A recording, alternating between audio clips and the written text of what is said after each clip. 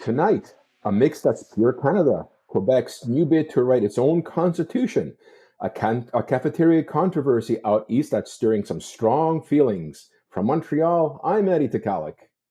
And finally, we find out why Quebec is leading the country in happiness. I'm Gary MacDonald. This is Night Talk Canada, episode 55. First, a reminder to join the conversation. Let us know your thoughts on any or all of our topics tonight by posting your comments. Now, let's get started. I say to them, that's a will for over 200 years.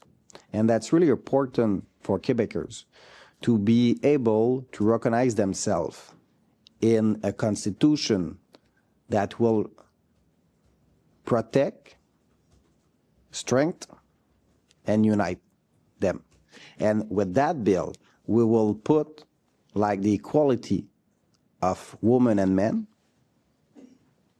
as a collective right and also as a fundamental value. And we will put that up higher than the freedom of religion.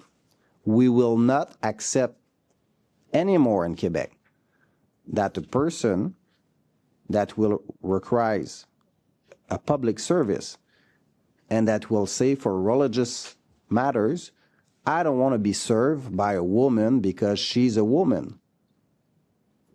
That's the end of the game. We don't accept that in our Quebec society.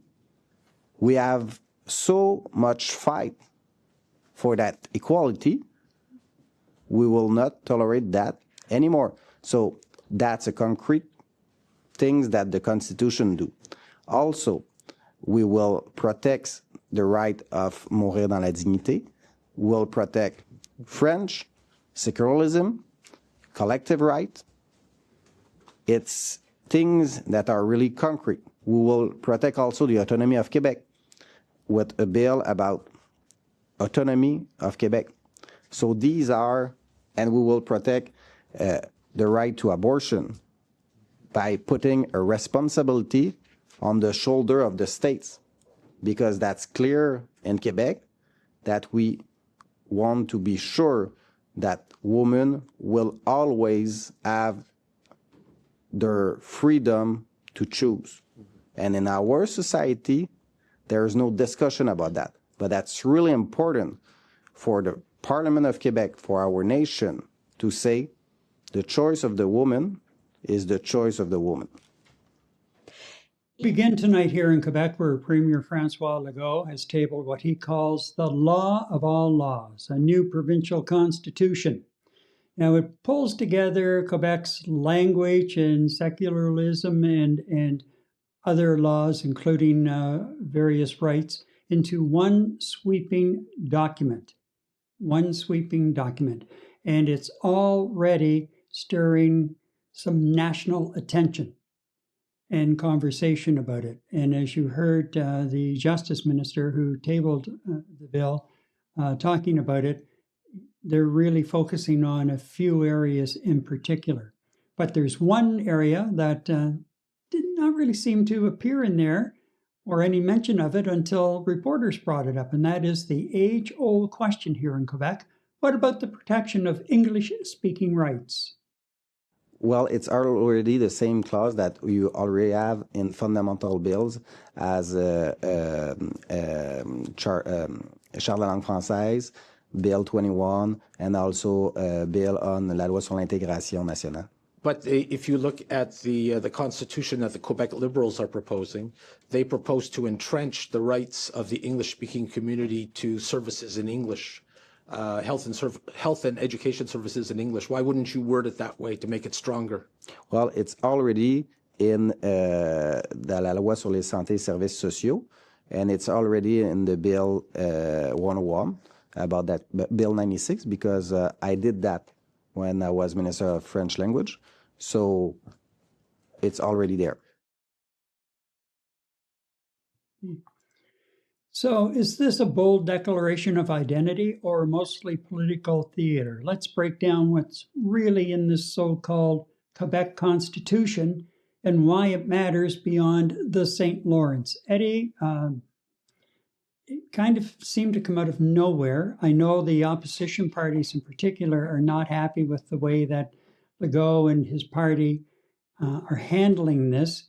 For instance, the Liberal leader suggested that instead of tabling it and then having consultations, there should have been some discussion prior to putting together a draft and getting ideas and then coming back, putting the draft out in front and discussing it from there. To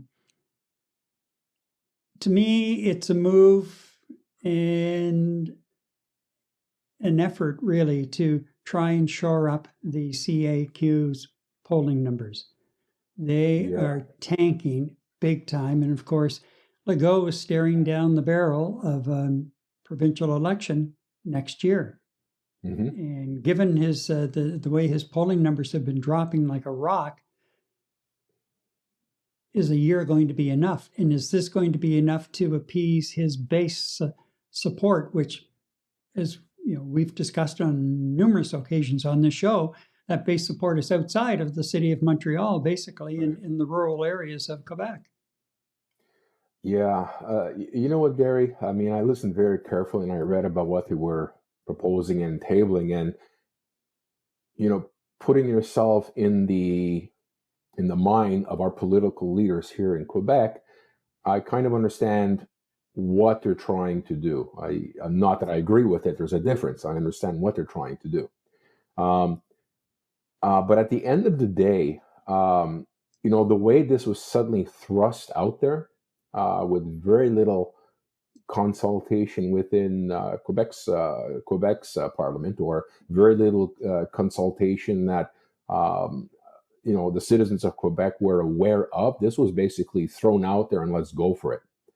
And you know what, you being from the Maritimes, Gary, I mean, I know that, you know, anytime anybody at the political level sneezes in Quebec, was very quickly heard right across the Canada, especially when it talked about what? Language. Anytime you want to get the Quebec population motivated and listening, especially the bases that the Parti Québécois and CAQ completely depend upon, you want to raise awareness, just say the word language. You want to raise awareness within that base, that population outside metropolitan Quebec and Montreal. All you have to do is speaking about protecting Quebec's culture, ethnicity, and language. You raise those things up, all of a sudden you're going to get people to listen to you. So just thinking historically about what political parties here in Quebec, especially the nationalist movements, tend to do, they'll speak about either one of those three. And in this particular case, Gary, because it's all one beautiful package, I hate using the word beautiful, one bundle, one constitution, it's all in there. So they're taking advantage of all three talking points, or all three areas of concern for the nationalist base here in Quebec. So they check mark on all three. So my opinion on this, and I think a lot of people are seeing this as nothing more as a desperation move by Legault's government and the CAQ. And I think when Legault won the last election, he was somewhere like 51 or 52% in terms of the popularity vote amongst all parties. He's dropped down to below 8%, Gary. So just looking at those raw numbers from the polls recently, this is a complete and absolute move of desperation. You know, maybe at another point in time, if this was presented, it probably would have been taken more seriously, that he's actually trying to do something for the province of Quebec and the people. And I mean people, everyone, including you, me as Anglophones, and the Quebecois, the people, the citizens of Quebec, your Francophones. This is far from it. This is political survival at its best. And you know what? This is I believe this at some point is going to backfire on him. When you start getting opposition, especially from the Parti Québécois, to something like this, you've stepped on some wrong toes, and I think it's going to get nasty. So only time will tell, Gary, as as we approach 2026 and I think the election's in November of next year. Is a year enough time for him to turn this around?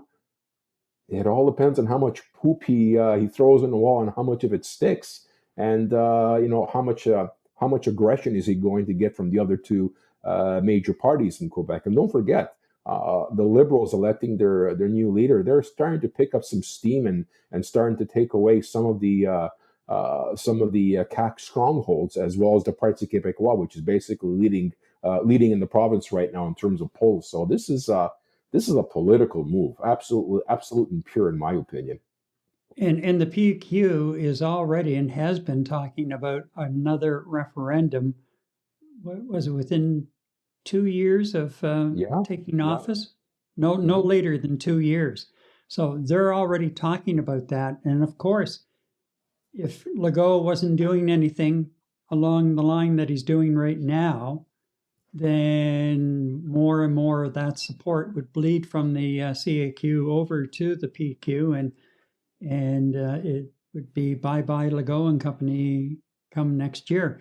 Yeah. However, the other side of it is, if you noticed, like, you couldn't get a calmer individual selling this as the justice minister the other day. Very calm, low key, and to me, it was almost like a soft sell in a lot of ways. We're just bringing everything in under one blanket instead of having the individual laws. But what's it going to do? And this is the other thing I'm waiting for, and I haven't really heard any discussion about it, is the whole things around what's in before the Supreme Court right now, and that's the under the Constitution, the clause. Oh my God. I just lost the name of the clause that Ford and Legault uses to. Notwithstanding?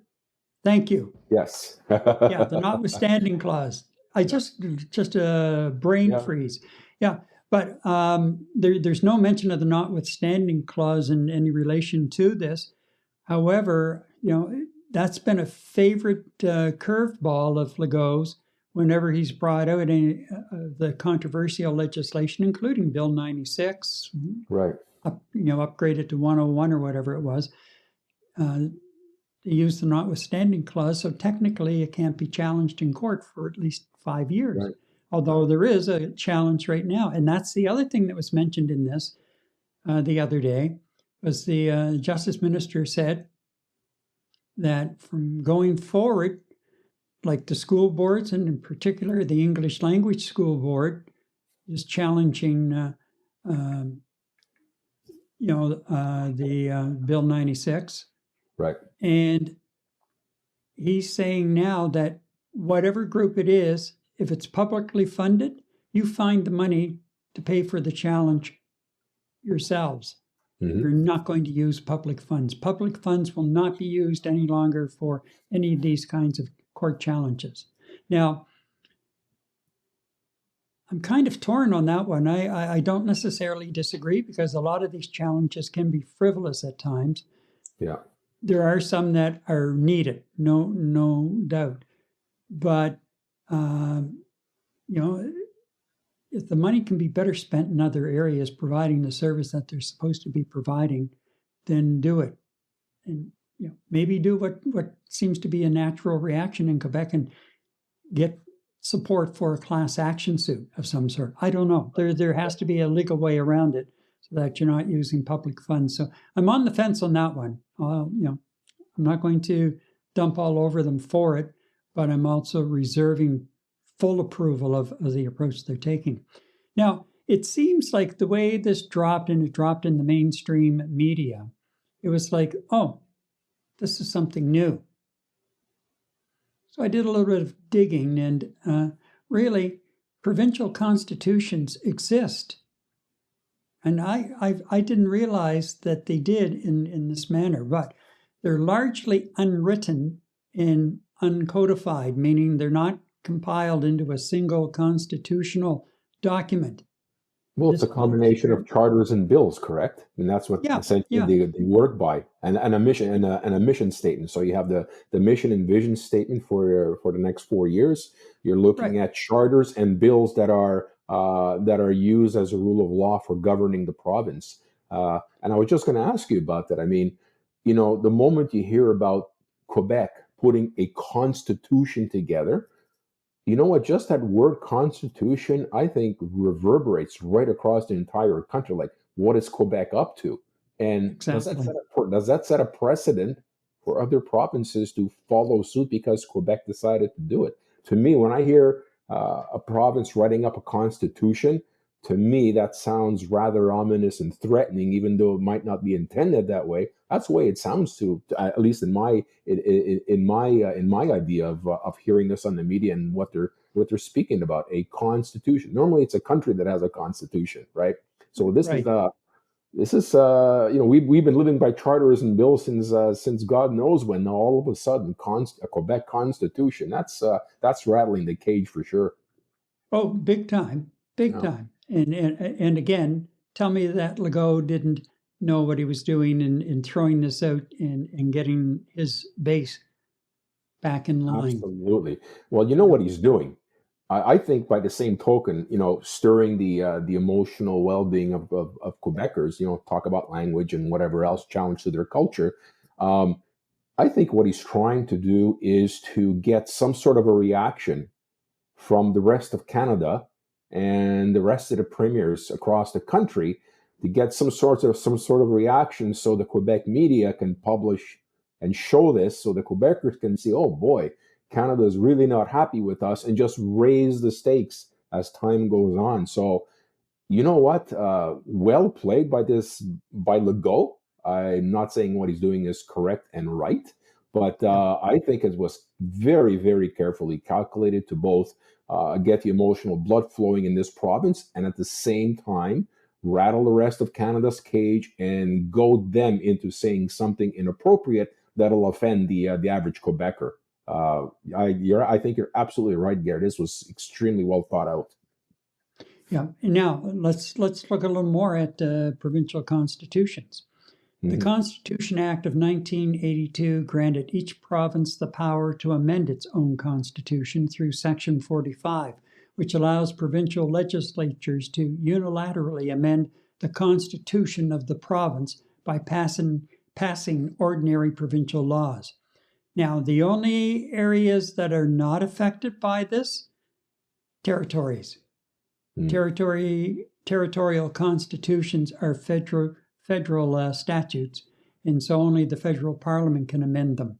And unlike provinces, territories exercise powers delegated by the federal government rather than constitutionally recognized powers. So, in short, all provinces have constitutions, mostly unwritten, but territories do not have their own constitutions. They're governed by federal legislation. So it's not like Quebec's breaking new ground here, but I mean, even I kind of bought into it initially that, oh, what's going on? Like, here we Right. go. First we have the Maple Magas in Alberta talking about separation, and now Quebec's coming back around, and we're going to be in the midst of it. And so much for all of the national unity that we had back a few months ago. Where did that go? So Yeah. yeah, but why it really matters? Well, it's going to define Quebec's self-image and could reshape future court challenges on language and all of the other issues that Quebec seems to want to wade into at times. So again, can a province legally constitutionalize? Yes, it can. Hmm. Absolutely. Now, the political timing, the unity move, and coming amid falling polls. Yeah, it's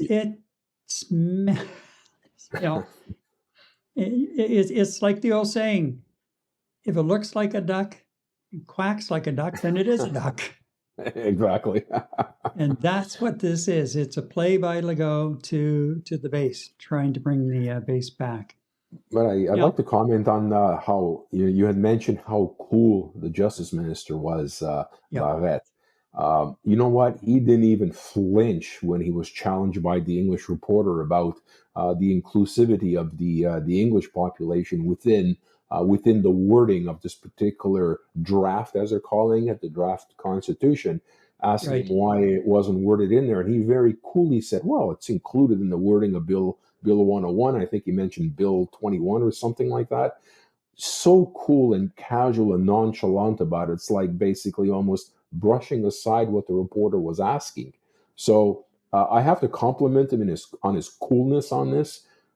Definitely well rehearsed, definitely well prepared for an inevitable question from the English media, English journalists, and he was well prepared and he answered it. Now, I'm not saying it was a good answer to my level of satisfaction, but he basically said exactly, he didn't lie.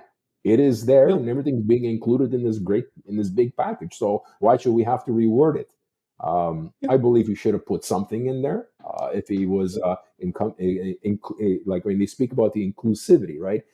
As we're speaking to the inclusivity, there should have been some mention made of it. Maybe there's going to be some mention made of it later on once they actually table the Constitution as is. But right now, it's in a draft stage, right? but in his response to Yes. that particular reporter's question, he did mention that, and I forget exactly how he phrased it, but he put that, I won't call it a guarantee about the English speaking rights. He said that was included in the next bill when they modified Bill 96 and into Bill 101 or whatever. Hmm. It was in that number range anyway. And he said, I was minister of the Francophone language at the time, That's and a right. chart was put in and just kept on rolling. Yeah. Yeah. So smooth. And like I say, such a soft sell in a lot of ways, but the message was delivered bang on. Like, a really good exercise in communications. If, there are any people watching that I would. taking communications right now, go back and Yeah. watch his responses again. Yeah. I would dare to say he responded in a very premier-like fashion. He handled Very himself much so. Yeah, really, very much so. as a leader. He really, really responded, and he almost demanded from the listener and the viewer, demanded from them that they recognize his leadership qualities. And you know what? In that sense, I think he did a great job. Yeah, and I remember watching him when he was minister of French or whatever the title was. He did an episode with the Montreal Gazette's The Corner Booth podcast, Hmm. and I watched that episode, and like I walked away impressed by the guy because, again, cool, calm, really pulled together. Nothing caught him off guard. Nothing, even if they threw him a curve, it was just, and he could come Hmm. back and had facts to go with it. And I thought, wow, this guy's got a real future ahead of him politically if he wants it. Yeah. What do you think, Gary? We should expect over the next couple of months, in terms of fallout from the rest of the country as a result of what Quebec's attempting to do here. I I actually think if there was going to be any significant fallout, it would have been over the past week. Hmm. And really there has been crickets. And I'm not expecting to hear much more than that going forward because right now there are too many other things that are occupying the rest of the country as well. And part of it is that whole unified approach by the premiers. There's some major cracks there that Carney's got some problems to deal with out west between Alberta and British Columbia over Hmm. pipelines and oil tanker bans and you name it. And now, he's got Ford pushing to keep the tariffs on the Chinese electric Yeah. vehicles. And you've got others saying no, take them off so that the Wah Canoe and Scott Moe from Manitoba and Saskatchewan in particular, because the Chinese are not buying canola, like they're done, and those are key cash crops to those two provinces. So on top of that, we're a little over 2.5 weeks away from a federal budget. Yeah. So there's just so much going on right now, Eddie, that, again, whether it was by design or just pure luck, that when Legault dropped this, there were so many other things going on that those who probably raised the biggest stink didn't really notice it because they're Right. chasing other issues. Well, Because I really haven't heard any pushback, any real conversation about it at all outside of yes. Quebec, and I haven't heard a whole lot in Quebec. Yeah, so far neither have I. I was expecting to hear a little more. Maybe it's just a question of time, and maybe you're right, Gary. Not maybe. I think you are right in terms of what you just commented on. That Canada is busy with bigger fish to fry at this particular point in time. The Carney government's got bigger fish to fry. I mean, that constant pressure from the Americans dealing with critical issues around the world, and then you're looking at some of the infighting, and I'm not saying infighting with any level of malice. Infighting in terms of the premiers getting the best they possibly can for their constituents and their provinces. So you'd expect a little infighting, and these guys got Carney's got quite a bit of work to do. And then you look on the other hand. Let me throw another question at you on the other hand here, and on the other spectrum. So, what Quebec is, I mean, obviously we knew this is a political move. We know it's a political move of survival. But let's look at it one step further. This particular activity of creating a full-blown Quebec constitution, as it's going to be tabled, do you see it actually providing any value to Quebecers like yourself and myself as Anglophones? Or you know what? We have quite a few friends that are Quebec natives. They're born in Quebec. Is this going to provide any value for them in terms of improving their lives today and tomorrow? Which begs the bigger question, right? Legault, are you doing this for yourself, or are you doing this for the benefit of Quebecers? I wonder what that is, because I really didn't get a feeling one way or the other that this was going to improve anybody's life, besides further strengthening, some of their secular laws and so on and so forth. I don't know. I just didn't get that in the message. Maybe stay tuned. So there's something to become out of this, but I really didn't get a sense that this was going to improve or enhance anybody's life here in Quebec. No, in the research I've done to this point, I don't get that sense either, Eddie. Okay. I again, to me, it's more of just a play to the base, because the laws they're talking about are already in place. They're just, like I say, putting like an extra layer around them, and to, I guess, maybe protect them a little more as far as various challenges or questions or whatever. And here's the other thing, does it go beyond being a legal statement? And is it also a cultural statement? Because again, you heard in that first clip when he was outlining some of the main aspects of the bill, the draft legislation, you heard he zeroed in first of all on the issue of abortion and how that's a woman's right to choose will be protected in Quebec, and also, which I found interesting, that he even included this particular point about if you're not going to be able to refuse, like a woman, for example, if you need a specialist, and I think he used a urologist. Yeah. You're not going to be able to say, oh, no, I don't want a woman, blah, blah, blah. You're not going to be able to do that. Mm-hmm. Now,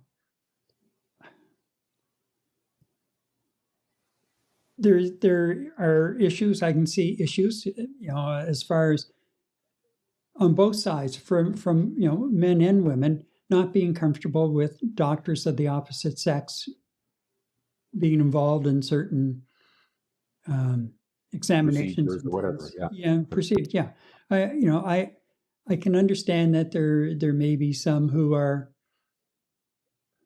a little bit shy about that, I guess, for lack of a better term. But there are also those who, from their culture, like they don't consider. I think that's what the point Yeah, he was trying to make, yeah. not the first one. But I'm thinking that's where it was coming from, without really stirring up a hornet's nest. It's out there, and this is the way it's going to be. Now, I don't understand someone who would think that way. I don't get it, because as long as the doctor, the specialist, knows what they're doing, and they make me feel comfortable in their abilities and everything, doesn't matter to me if they're male or female. Like, let's just let's get this done, because I want to come out of it on the healthy side, right? Right. So I found it interesting that he slipped that in, and there was a direct message being sent there as well. And that, I guess, would come back around to, it is an identity message, a cultural message. Quebec culture, we do have a different culture than even the rest of the country that can be enjoyed by everyone. But he's also sending the message that others who are coming in from outside the country and from different cultures, you're going to adapt to the culture in which you live, or too bad. And I don't see anything wrong with that. No, neither do I. I mean, you had mentioned Quebec. It's a beautiful culture here. I mean, I'm an Anglophone in Quebec. I speak French and English. It's a beautiful, beautiful province. Once you get to understand it and live in it. Do I agree with some of the policies by the Quebec governments? No, not at all. Doesn't mean I agree with everything, but at the end of the day, it's a pretty vibrant and resilient culture. I'll be the first one to promote it and defend the French language. I have nothing wrong with the defense of the French language. So I understand Quebecers. I understand the province. I love the province. I've been here my whole life. And you're absolutely right. There's a lot to appreciate here from within the province of Quebec and out of the province of Quebec. There's a lot to appreciate here, and there are certain things that I would expect the government to do to ensure that they serve the population the best way they possibly could. And this particular comment about somebody refusing the services of a female doctor. At the end of the day, he wants to make sure that you have a doctor available to you in the first place. They're so hard to come by. And if then you have any sort of religious belief that prevents you from acquiring the services of a female doctor, well, sorry, that's the way it works here. Here's what I offer you. If you don't want to take what we're providing you as a result of public services and funding, well, you're gonna have to find somebody else yourself. So yeah, I'm with you 100% on this one, Gary. I agree with you. And that culture plays into our last segment of the stream tonight as well. Yeah. So yeah, I can't imagine, given the pressure on the healthcare system, not only in this province, but right across the country, I can't imagine somebody coming in and refusing treatment because of the sex of the doctor. Like, you're lucky to be able to get in front of a specialist. I'm suspecting it happens more often than not. I mean, why would the justice minister actually bring up something like this? Yeah. So I am almost certain there's there's a lot of truth behind what he actually said, and it's unfortunate, but look, it's a person has a right to decide what they want to engage in, what services they want to undertake, what services they want to benefit from that the government provides, and it's up to the individual to refuse it. If they wish to go private and find themselves an alternate solution, good luck, and go, be on your merry way. But these are our laws, and this is what we're providing you with. So, you know what? It's up to the individual. It's a free country. It's a free province. You can do what you like. Yeah, and as I say, just to wrap it up, Eddie, it's strictly, really, to me, political theater on the part of Legault's part to prop up the sagging base, to offset what the PQ's been talking about and gaining in the polls with. And beyond that, beyond the borders of Quebec, I don't think it's had any kind of an impact. I don't think any eyebrows have been raised because of it. And, people are just moving on because there are so many other things to deal with at the moment. And the fact that whether we realize it, that each province does have some kind of a provincial constitution, whether it's a formal document or the various statutes, the laws, and most of it unwritten. So there you go. So in this case, a little bit of house cleaning maybe, and bringing it all in under one roof, so to speak. And maybe they're going to gain a little more protection from outside court challenges. Who knows? However, that's the way it is, and life goes on in Quebec and in the rest of Canada. Well, time will tell. Let's see how hard they rattle that cage moving forward, right? Absolutely. Yeah. Absolutely. Okay. Up next, I think, from constitutions to cafeterias, in New Brunswick, some parents are furious over halal-only hot meals at certain francophone schools. Is this an inclusion step or a communications failure? We're about to discuss that in a moment. But first, if you want to start a website, update your current web presence, and most importantly, ditch the US service that you've been paying, well, I've got something to tell you. I've been using Web Hosting Canada for almost 5 years now. WHC is a Montreal company with a national footprint and a wide variety of web services available at reasonable prices. So you can get more information through the link in the description below. Okay, Gary.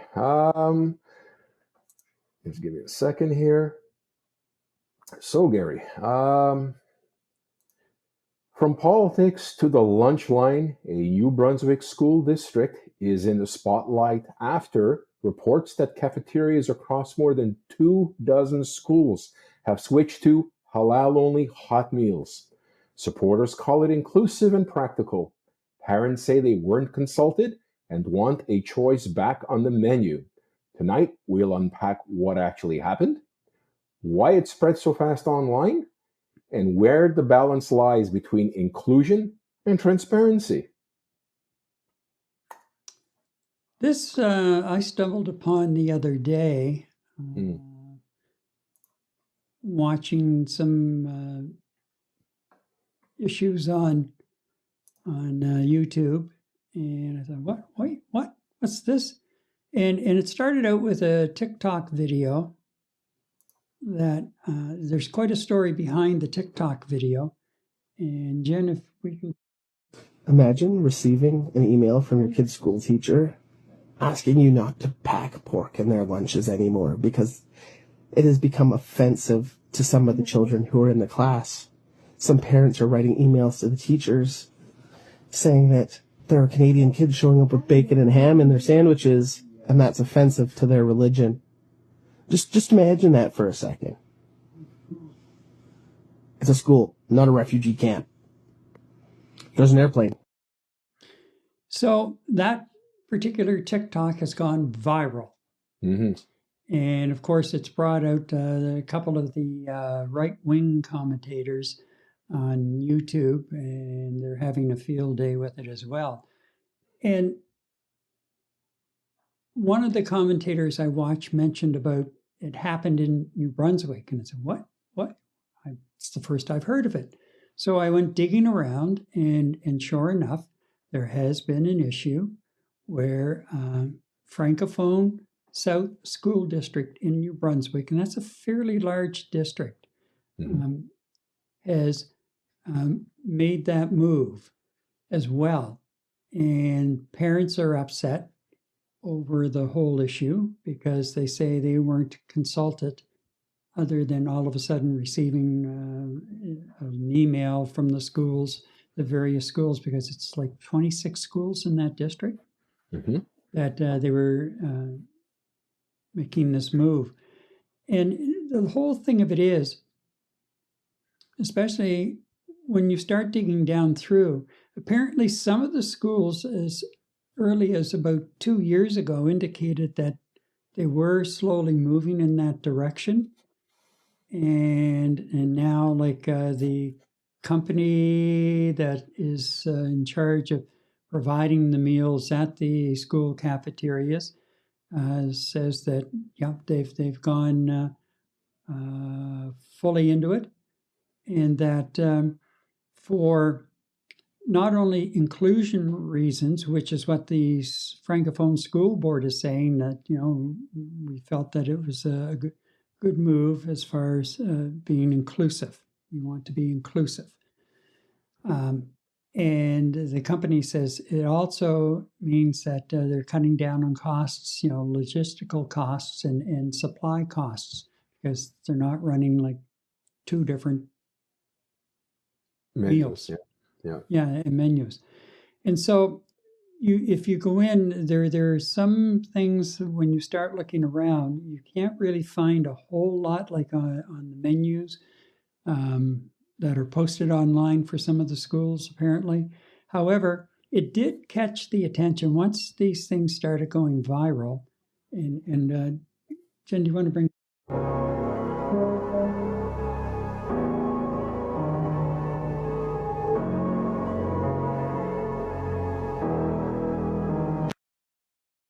Okay, so what that says, you have to bring.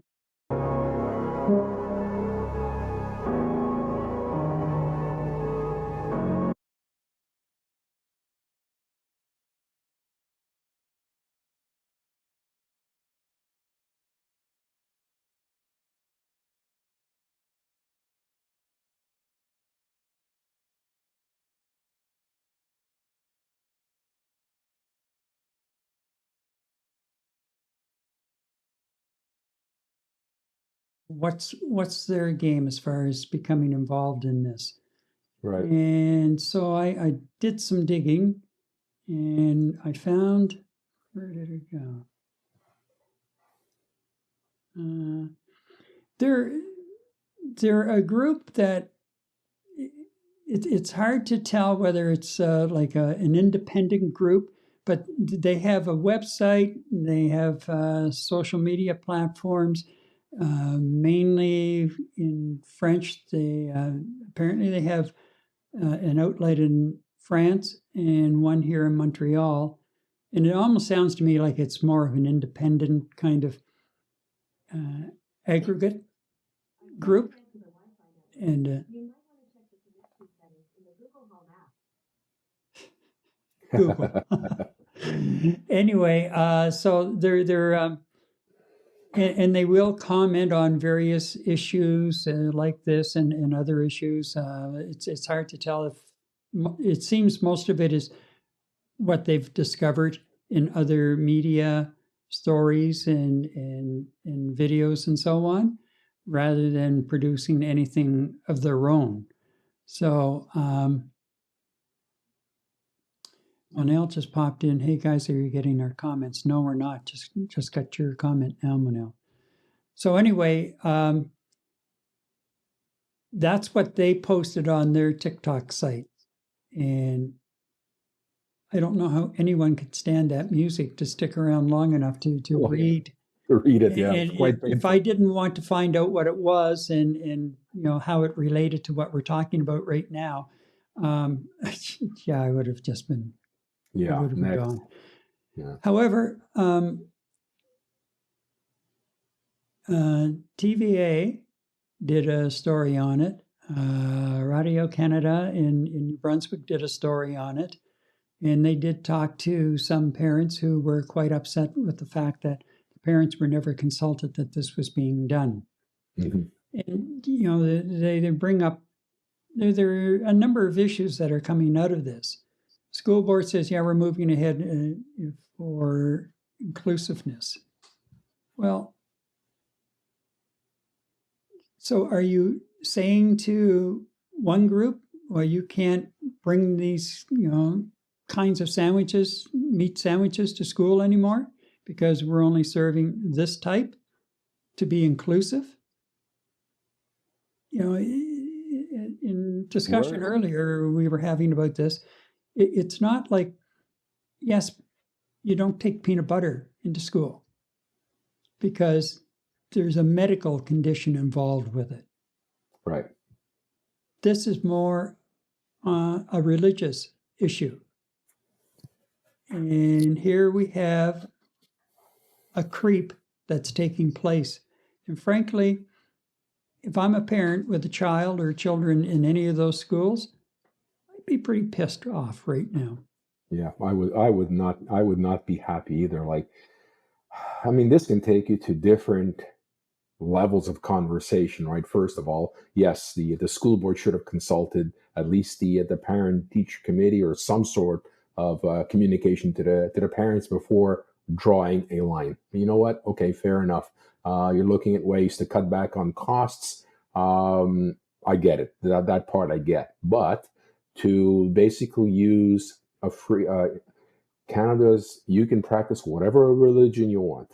There's no question about that. It's part of our constitution. It's part of what makes our country great and proud. There is a fine line. There is not a fine line. There is a pretty decent line. Look, what does that mean? I mean, my kids are all grown up, and I'm just thinking back in my days when I was packing their lunches. So I get a letter like this, and I'm saying to myself, so what's the school board trying to tell me? I can't put a hot dog in a bun for my son to microwave and eat. What does that mean? He can't have leftover pork veal chops in a sandwich or in a Tupperware because it offends another child or another student that's sitting beside them. That's way, way beyond something I, as a citizen, would be willing to tolerate. For me, it's simply, well, don't look, don't taste, don't eat, as opposed to imposing beliefs that have absolutely nothing to do with me, and beliefs where, you know what, we welcome everyone into Canada, but don't start imposing religious beliefs on the population if they choose not to pursue or support what your beliefs are. As we had in segment one, right, with the female doctor. Well, this is the way things are here. You don't want to have a female doctor work on you or try to bring you back to health. That's your choice. I would even extend it into what we're discussing right now about the lunches being served, and lunches that are being brought in by children that their parents packed for them. Look the other way.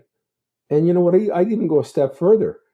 How many 10-year-olds do you know are going to go, oh my God, there's pork beside me? I think this is more of parents trying to ensure that their children follow a specific religious protocol, which is great. I have no problem with that. But don't impose that religious protocol and buck my rights as a parent to feed my child whatever I care to feed them.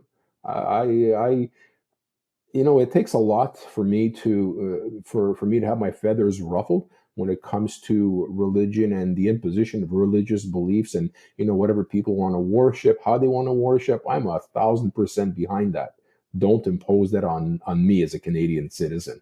That's my take on that, Gary. And I'll put it out there. That's just the way I feel, and I believe it's not a right wing or left wing thing. I'm a moderate fellow. I'm thinking right in the middle here.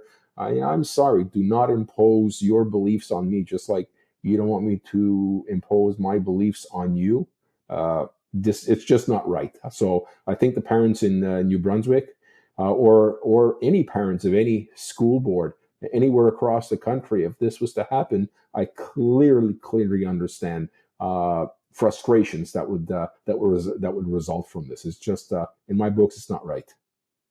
No, it's not right. And, over the last number of years, as a country, we have really drifted to be way too open, way too easy Yeah. about a lot of things.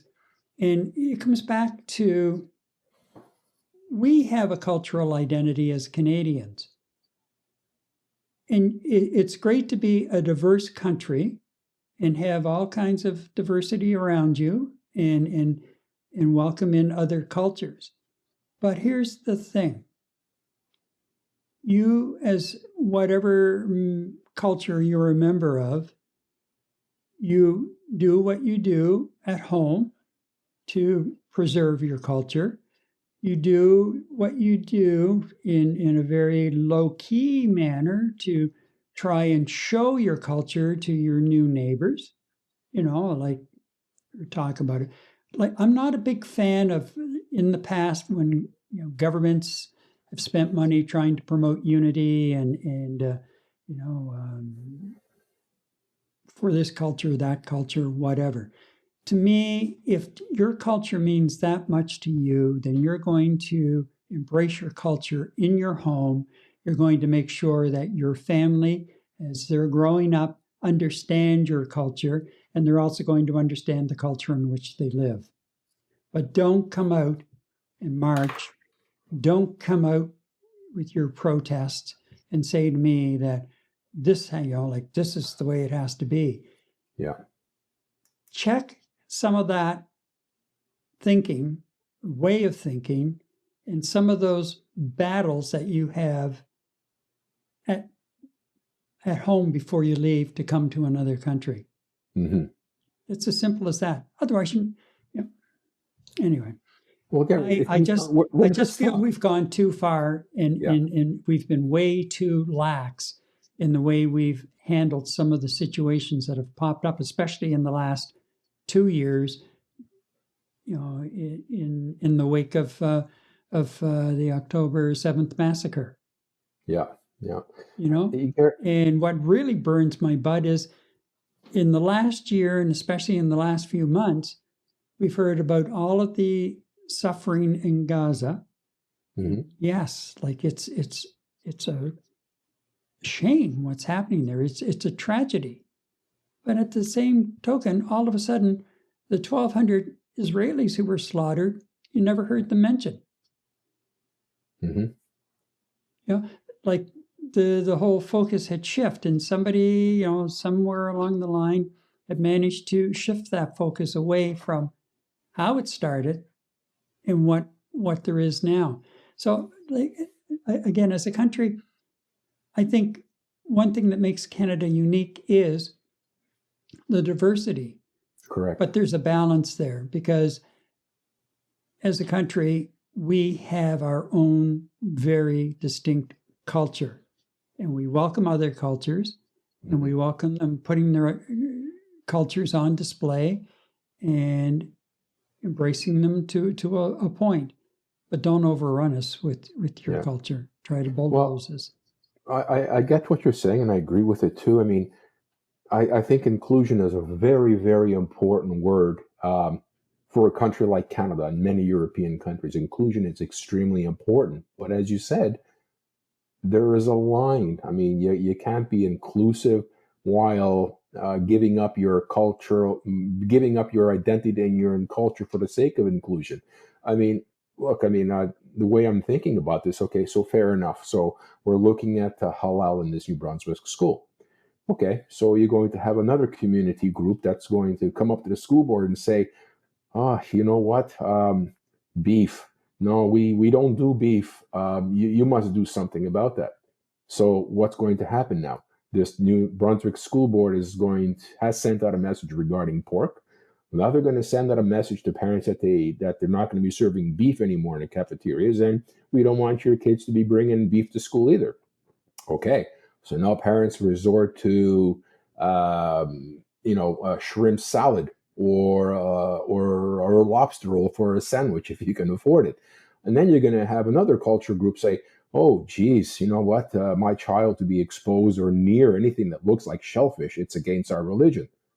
So, Gary, where does this stop? Our kids are gonna be eating vegetables, and then you're gonna have another group saying, "Well, you know what? We can't be destroying plants and this and that." They have feelings. So, I mean, that's a stupid way of thinking about it, but Gary, where does the line get drawn? I mean, this is absolutely ridiculous. What makes one religion more important than the other? Because at the end of the day, what our kids are going to be sent home for lunch, and that's the only way we're going to be able to avoid this feeling of non-inclusivity. Send your kids home to eat.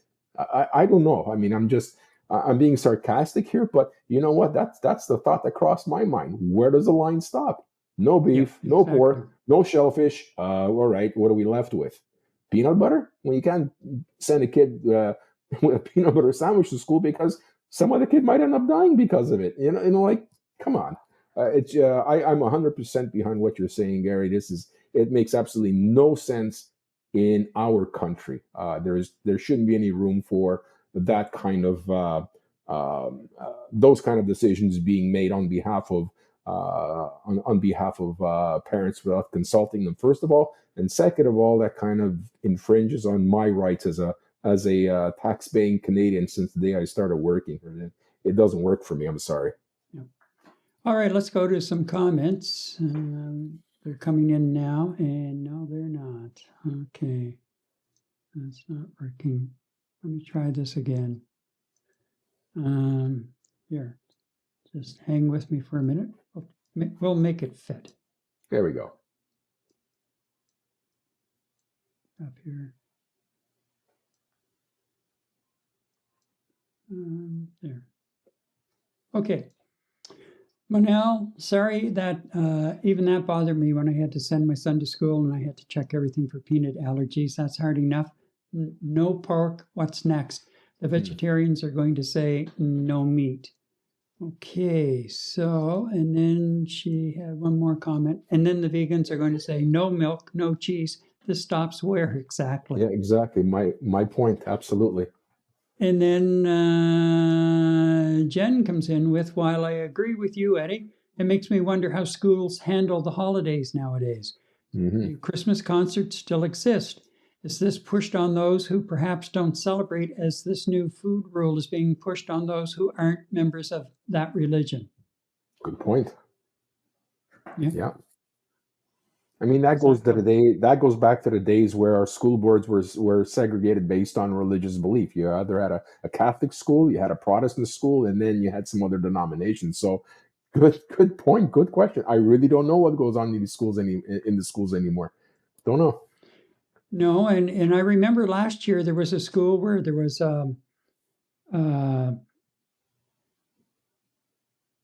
Remembrance Day service. They had a veteran coming in to speak to the Remembrance Day assembly.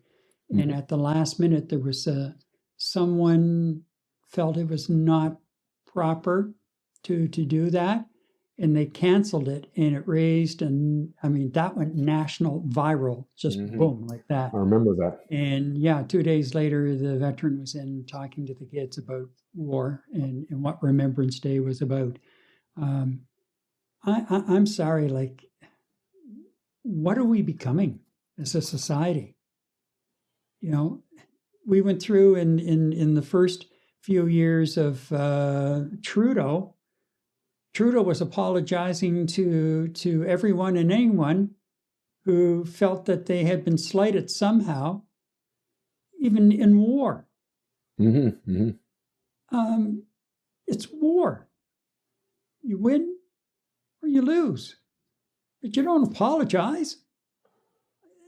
Like when I heard that, and then, again, apologizing about changing the name of a university in Toronto because the individual that it was named after had, dealings in, I think it was the residential schools. And Sir John A. Macdonald, the same thing.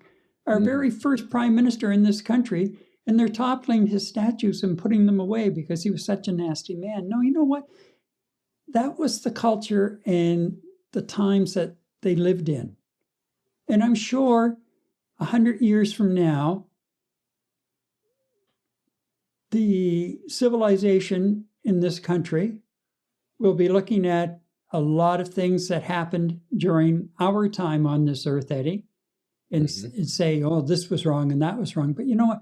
You don't rewrite history.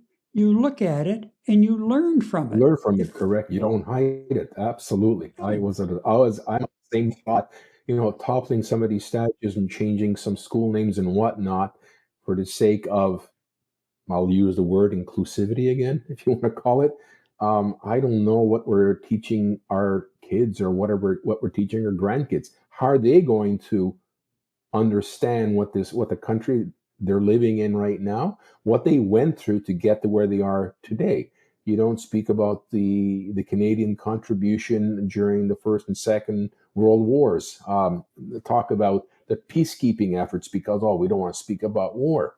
That's just the nature of the world, unfortunately. You can't hide that. And you're absolutely right. This has to be discussed so children can learn, people can learn from different ways of life and to improve upon it. Was what these guys did or what they believed in incorrect today? You know what? Probably yes. But that doesn't necessarily mean you need to discredit all of their accomplishments because of beliefs back in those days. And I would be hard pressed to find any country that did not have a turbulent past, or their leaders having a turbulent past. I mean, you don't have to go further than France and England and the Crusades and the executions and the public flayings and all that. Yeah, this is the way civilization grew from a horrible place on the planet, and even as recent as the 1800s and then 1900s. Yes, there was a lot of horrible things that went on, perpetuated by some of the leaders of a lot of civilized countries today. But that's just part of the history. Not that you agree with it, but that's just part of the history. And a lot of good men, a lot of great women had some things that they went through and that would not be very popular. Does that mean you basically write them off of history? No, I agree with you, Gary, especially with John A. Macdonald. And I think the issue there was support of slavery or something to that effect. And I'm sorry if my history eludes me right now, but that doesn't necessarily mean you just wipe them off the face of the country or the face of the earth. It's part of our history, right? Yep, exactly. Let's go back to comments for a moment. And Joe chimes in. Where is all this rooted? Religion. What are many conflicts based on? Religion. Keep your personal beliefs at home. Joe, I've had this discussion as well as far as religion is concerned. And sometimes just shake my head and point and say, religion involved. Yeah, okay. Yeah. I have my own beliefs. I don't impose them on anyone. I don't even mention them to anyone. And, that's the way it is. And that's the way it should be. Yeah. Right down to, the person standing on the street corner with the awake or whatever the hell that's called. And they smile. I've had some of them get in my face trying to get me to take their magazine and convert me. Imagine them wanting to convert me. Barking up the wrong tree. So, where are we here? Oh, Deborah, Deborah comes in. I feel differently about the renaming of places named after abusers. If one of our children had been put in a residential school where they were treated horrifically, you're darn right I'd be angry.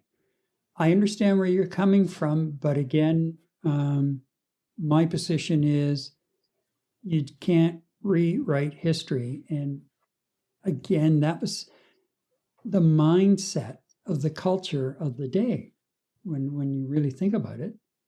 So let's see now. Joe comes in with, I believe in a greater power, but not in any form of organized religion.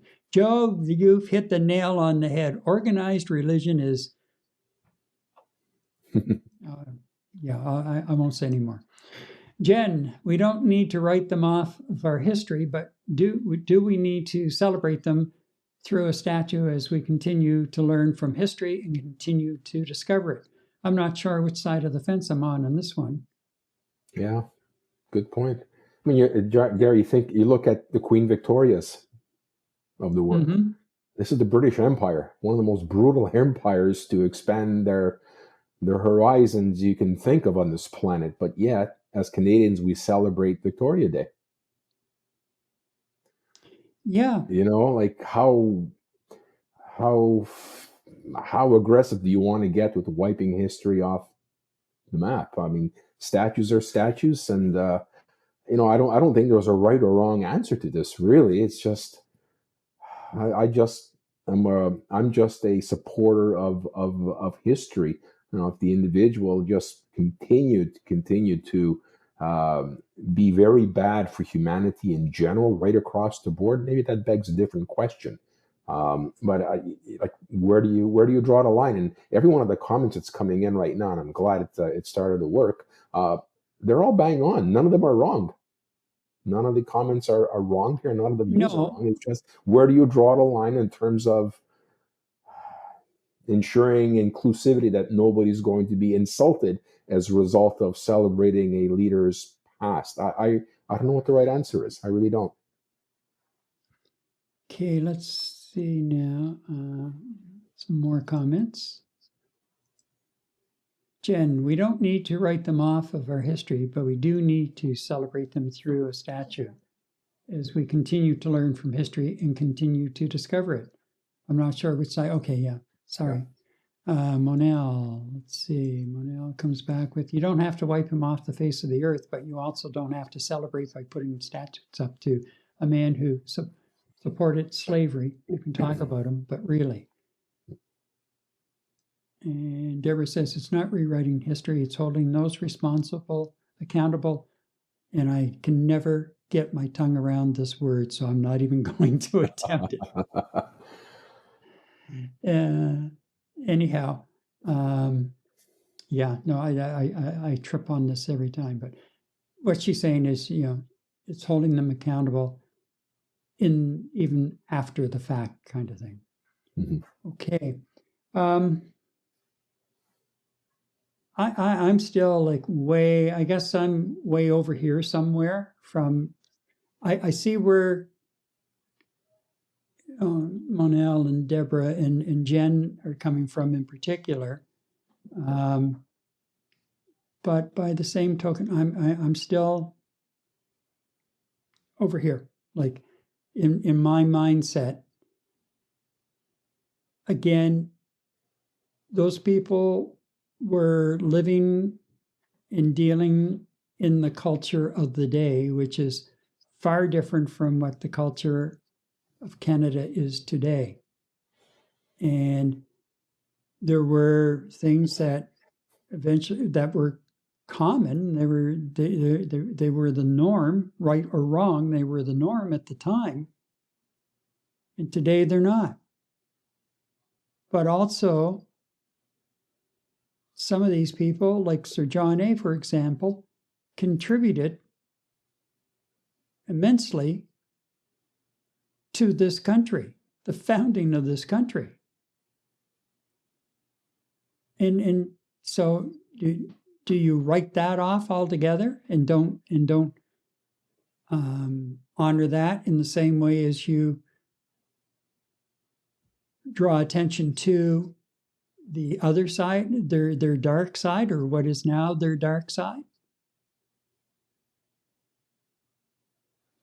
You know, there's like a 50-50 here, I think. I would suggest anyway. That's where I'm at. Yeah, I'm of the same mindset as you, Gary.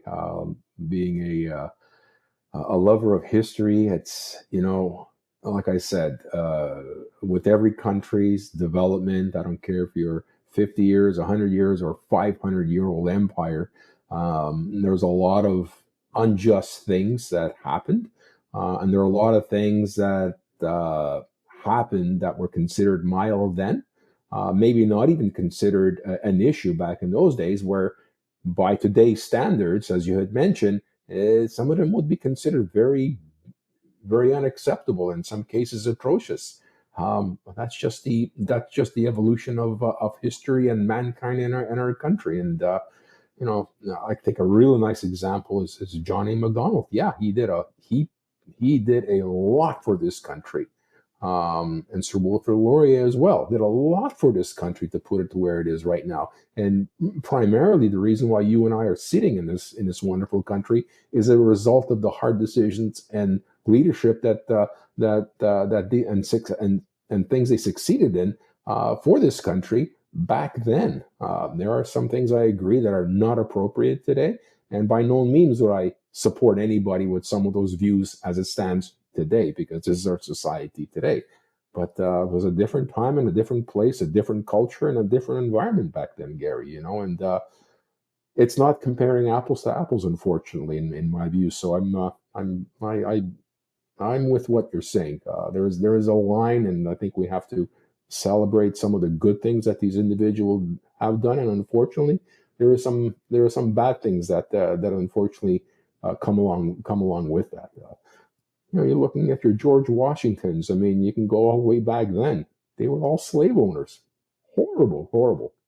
But look, who am I? I mean, this is for the philosophers to discuss and debate. But you know what? We all have our own individual views. I love history, and this just happens to be history of our country. And to some degree, you have to learn to embrace some of those accomplishments in parallel to some of the misgivings that we would compare them to today's standards, right? So, yeah.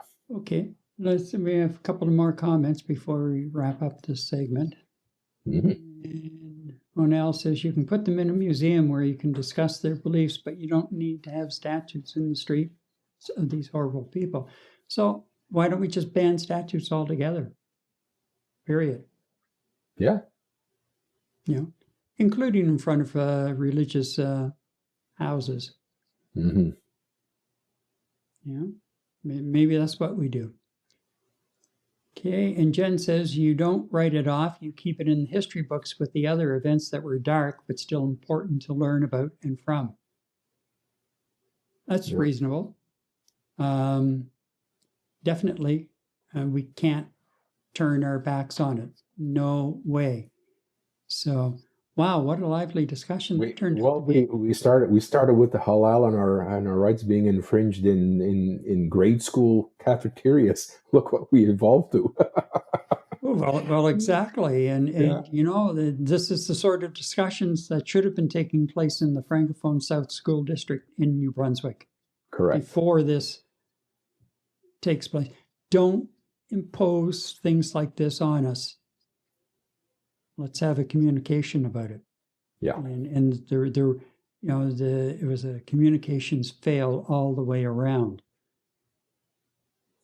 And that's just the way it is. And I find it really interesting tonight because a couple of times in the last couple of weeks, Eddie, that, you know, you and I have been getting a little worked up about certain issues, and I would hear, ooh, the boomers are getting worked up tonight. Well, I think we finally got hit the right button for the millennial to get worked up tonight. Certainly. And it was great. And thank you everyone for the comments. Yeah.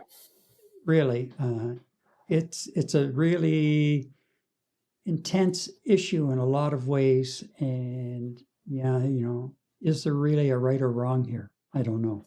I know that I haven't moved in my position, and it's one of those issues where you stake out a position, and if you move, it's very little, if at all. So, but thanks everyone for joining in. That was really quite interesting to see what was coming back. Okay, well, coming up, a recent study reveals Quebec is the happiest province in Canada. So we'll have a look at that in a moment, but first a quick recommendation. If you're launching a live stream and or podcast, you're going to need a music bed for your intro and outro, and I would suggest you check Air Media. That's the company behind our theme and countdown music. You can find a link below. Click it and have a look and see what Alistair has. Okay. Yeah, good stuff. Gary, now after that intense back and forth with our viewers, and after all the politics and policy, let's end tonight on a happier note. Literally, a new Leger poll says Quebec is officially the happiest province in Canada. And the online survey asked near 40,000 Canadians to rate their well-being, and the results show a country that's resilient, a bit tired, but still smiling. So what's Quebec doing right, Gary? And why are some other provinces feeling less joy these days? Okay, so let's go to, do I have that? Or... Montreal Canadiens. Is that what it is? Okay. Yes, it is. So, here we go. Quebecers, a happy lot. Quebecers rated their happiness at average of 72.4 out of 100. New Brunswick came in second with an average of 70.2, while Manitoba and Prince Edward Island were at the bottom. Prince Edward Island really surprised me that they had a very, very, very low happiness rating. It's beautiful countryside. It's, the island and that rich red earth and everything, and the beaches, and I don't know, maybe it's a little dull in the wintertime. I don't know.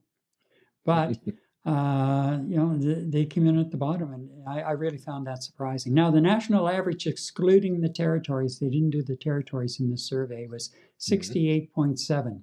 So, we're about 4 points above the national average as far as our level of happiness. Montreal scored the second highest happiness rating out of our 10 large cities. Mississauga was tops. Toronto was on the bottom. Now, think about that for a minute. Mississauga, number one, and Toronto on the bottom. And half the time you don't know if you're driving and living in Mississauga or driving and living in Toronto, really. Yeah. And it's a Leger poll that was conducted online between March 31st and April 13th. 39,481 Canadians aged 18 and up were surveyed. That's a good sample size. In July, yeah. That is a and good sample they can't size. assign a margin of error to it because it was done online. Right. But anyway, so I was thinking about it today. Like, what is it? What's the advantage that we have here in Quebec? This poll seems to be providing an insight into the post-pandemic era and resilience and the cultural patterns that are behind the well-being. Well, look at Eddie. When you and I went out back in the end of July, during construction holiday, to try and find the cones. Yes. And look at all of the happy people, and a lot of them were tourists and that, but look at the happy people. Look at the fun we had. Yeah, yeah. The one thing that I'll say, having lived here almost 5 years now, is yes, you have your traffic congestion and traffic tie-ups and crowds and everything, but there's I sense anyway, personally, I sense a certain sort of low key, life goes on and we're having fun while we're, doing it. It reminds me a little bit of what I felt in British Columbia, and specifically in Vancouver, but it's different. They seem to be like a notch lower again, and focused in a couple of areas, like completely opposite to here. People love to, a lot of socializing and parties and events and things and food. And out west, yes, there is that as well.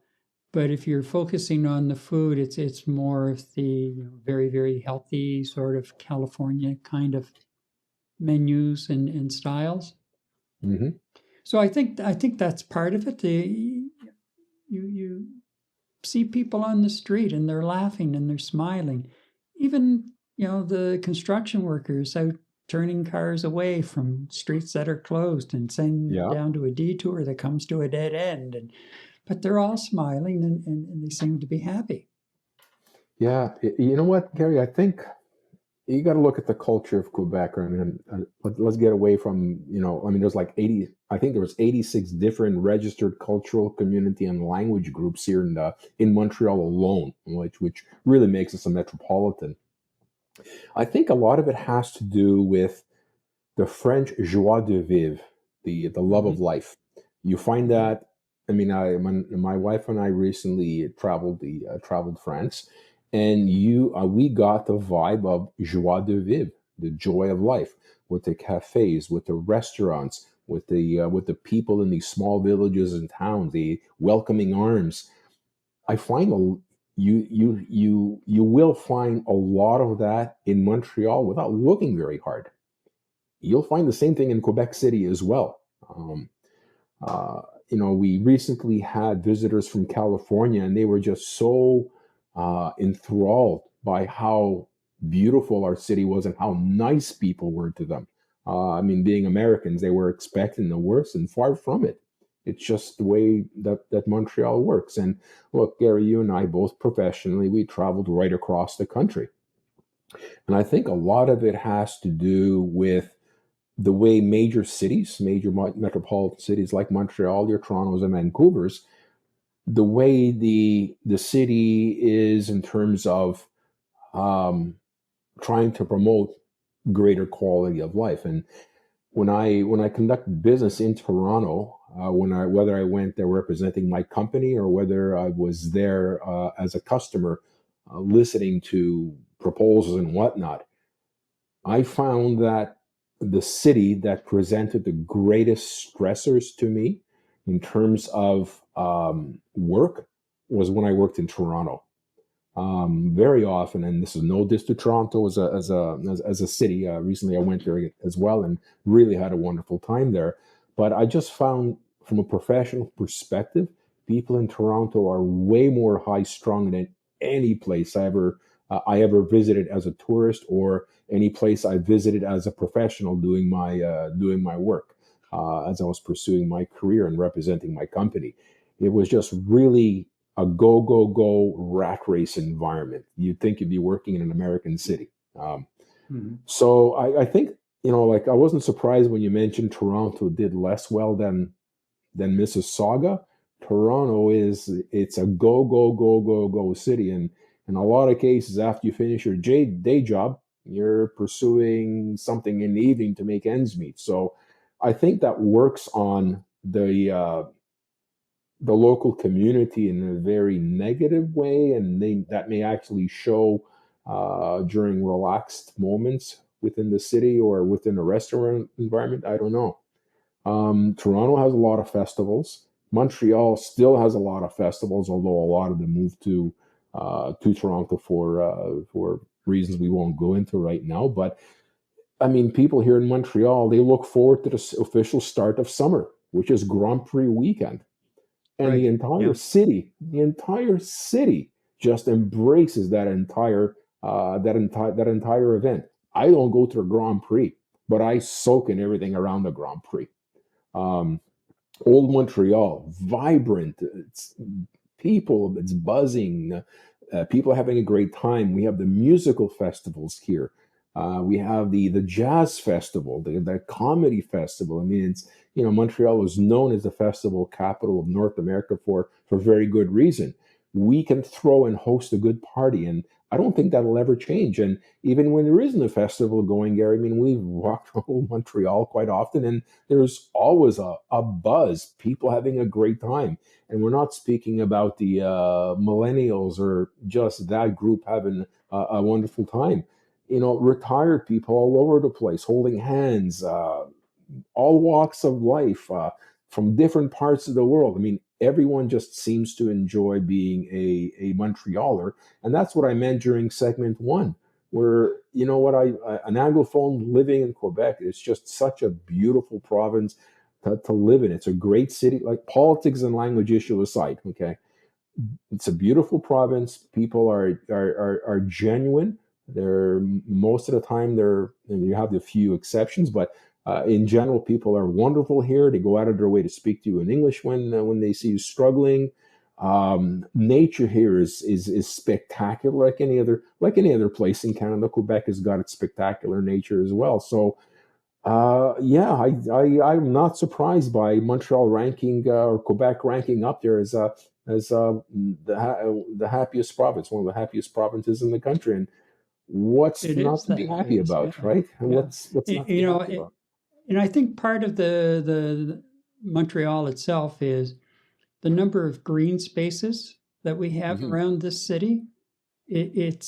I'm just amazed by the work that they have put into developing these green spaces, and it's twofold. First of all, I love going out and walking around the park across the street or through the park, keeping my eyes open. Anyhow, it's just, I go out my front door and there it is, and then we're not that far away from the canal. 2 or 3 minute walk to the canal and up and down it's just, there's so much that way that the minute you go out your front door, you can't help but feel relaxed just to have that nature around you. And when they put the lawn chairs in the park this year, every night of the summer, if I was taking the dog out for final, there were people in the chairs, and the laughter that you would hear and going on and everything. It was really just something. And I It's think easy to decompress. Very easy to decompress. yeah, very, very, very much so. Let's catch up on a couple of comments for this as well. Okay, and Joe comes in with, who wouldn't be happy with all that poutine and spaghetti? Good point, Joe. Yeah, absolutely. And then we go to Jen. Oh, this is moving to Montreal from Toronto. I can feel a difference in the work-life balance and people prioritizing socializing and leaving the office versus the Toronto hustle, where I would leave the office after midnight most often. Montreal gives a big city feel at a slower pace. The point I was trying to make. Well said, Jen. Yeah. And sometimes she was leaving a lot later than midnight too, on a lot of occasions. So, and then Deborah comes in with, as a woman, you bet I'm happy to be here. The QC government ensuring I keep my rights. It would be nice if I could discuss my health in English. One step at a time.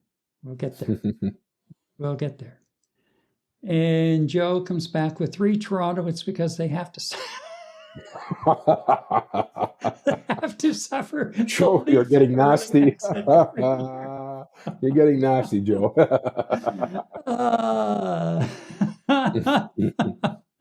Good one, Joe.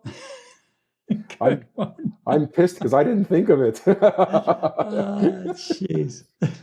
Oh boy. So, yeah, I'm not surprised that Quebec came out number 1, and nor am I surprised that Montreal was in the top 2. And I think Montreal, as I say, is doing a great job and has done a great job in like people places outside, with the parks and and the canal, which is federal, and just different things, and the splash pads and all of that. I think they've done an excellent job. And when you go out, you can't help but feel relaxed when you see that kind of activity going on and hear the laughter. That's the thing, And Deborah's gone out with Rocky for final at night, sometimes 10:30, 11 o'clock at night. And she'll come in, she'll say, the streets are just full of people and they're having such a great time as they're walking to wherever. You just get that rush from that. So anyhow, Eddie, it could be, there's a lot of things involved. And like Joe said, the poutine and smoked meat certainly play into it. And maybe it's the croissants. And maybe it's the culture, definitely the culture. But if happiness really is contagious, then the rest of Canada might want to catch, just might want to catch whatever Quebec's having. Yeah, and that's Night Talk Canada for this week. From laws that define us to lunches that divide us, to a little reminder that happiness still lives north of the 49th. I'm Eddie Tekalik. Good night. And remember to subscribe, like, and comment on YouTube, and like and follow on our Facebook page. We are also on Instagram, TikTok, and X. Just search Night Talk Canada. Plus, we're on YouTube Shorts and Facebook Reels. Honest, unfiltered, Canadian. The conversation we should be having. Night Talk Canada returns in 7 days. I'm Gary MacDonald. Good night. All right.